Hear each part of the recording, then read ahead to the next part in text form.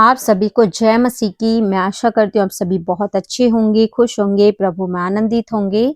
तो आइए आज हम पढ़ेंगे नीति वचन और उसका 24 अध्याय और उसका तीसरी और चौथी आयत को हम पढ़ेंगे और समझेंगे। जैसे कि परमेश्वर का वचन कहता है कि घर बुद्धि से बनता है और समझ के द्वारा स्थिर होता है। हालेलुया।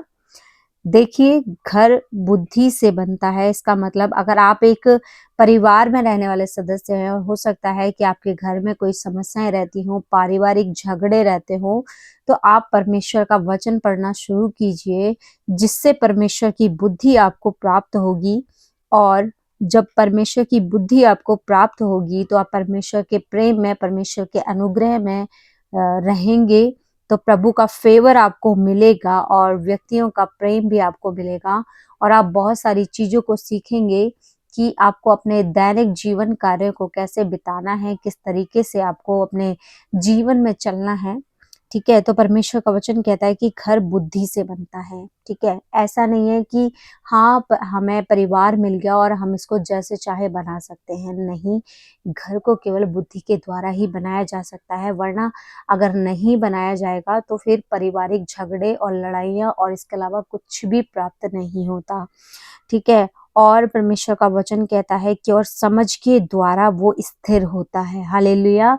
आज हम कितने सारे परिवारों में देखते हैं कि भाई की बहन से नहीं बनती है और हस्बैंड की वाइफ से नहीं बनती है।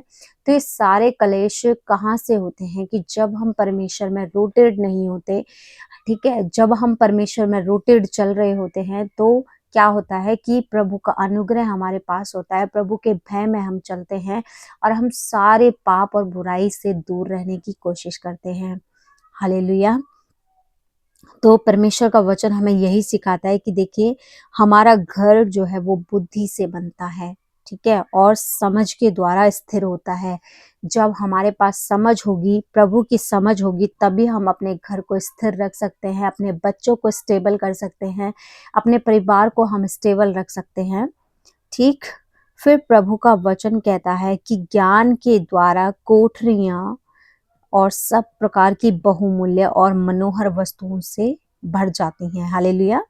परमेश्वर का वचन देखिए यहाँ पर साफ बताता है कि ज्ञान के द्वारा आपके घर की कोठरियां क्या होंगी, सब प्रकार की बहुमूल्य और मनोहर वस्तुओं से भर जाती हैं। हालेलुया। आपके जीवन के क्षेत्र में आपको किसी भी चीज की, चाहे वो आत्मिक बात हो, चाहे वो संसारिक चीजें हो, आपको कोई भी कमी घटी नहीं होगी, क्योंकि आप ज्ञान और बुद्धि और परमेश्वर के प्रेम के द्वारा चलने वाले व्यक्ति होंगे। तो आपको किसी भी भली वस्तु की कोई कमी घटी नहीं होगी, क्योंकि परमेश्वर की ये वाचा है आपके लिए। जब आप प्रभु के भय में चलते हैं और प्रभु के अनुग्रह में आप चलते हैं तो परमेश्वर आपको किसी भी प्रकार की कोई भी समस्या में नहीं रहने देते हैं। हालेलुया। ठीक है, इससे हम अपने दैनिक जीवनों में देख सकते हैं। ये भी हो सकता है कि प्रॉब्लम्स आ सकती हैं, बीमारियां आ सकते हैं, लेकिन हम किसी भी ऐसी उलझन या ऐसी प्रॉब्लम्स में नहीं जाएंगे जिससे निकलना बहुत ही मुश्किल हो। ठीक है, तो हमें प्रभु के अनुग्रह में और प्रभु के भय में चलना बहुत ही जरूरी होता है, जिसके द्वारा हम अपने घर को बना सकते हैं, संवार सकते हैं, उसे सजा सकते हैं। ठीक है, और अपने बच्चों को हम स्टेबल कर सकते हैं, उनकी लाइफ में हम उनको सपोर्ट कर सकते हैं। ये सारी बातें परमेश्वर के ज्ञान और बुद्धि के द्वारा ही हम कर सकते हैं। बिना परमेश्वर के हम कुछ भी नहीं कर सकते। हालेलुया। सभी को जय मसीह की। धन्यवाद।